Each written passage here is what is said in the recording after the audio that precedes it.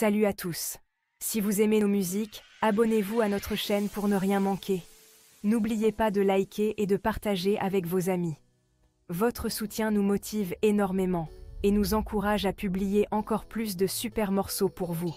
Merci et à bientôt pour de nouvelles découvertes musicales.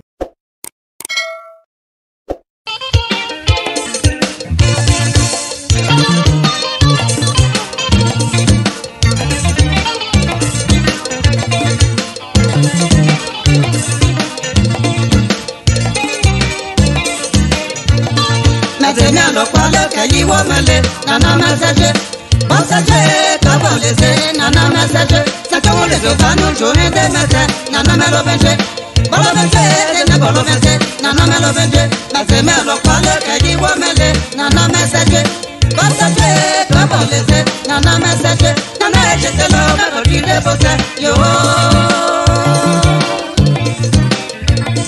nana ejete lo, melo di de bosse, yo. Melo palo kakeji fo Mate melo palo kakeji fo Ana fo shoba lo peye ji mo se fo Ana fo shoba lo peye ji mo se fo Ana fo shoba lo peye ji mo se fo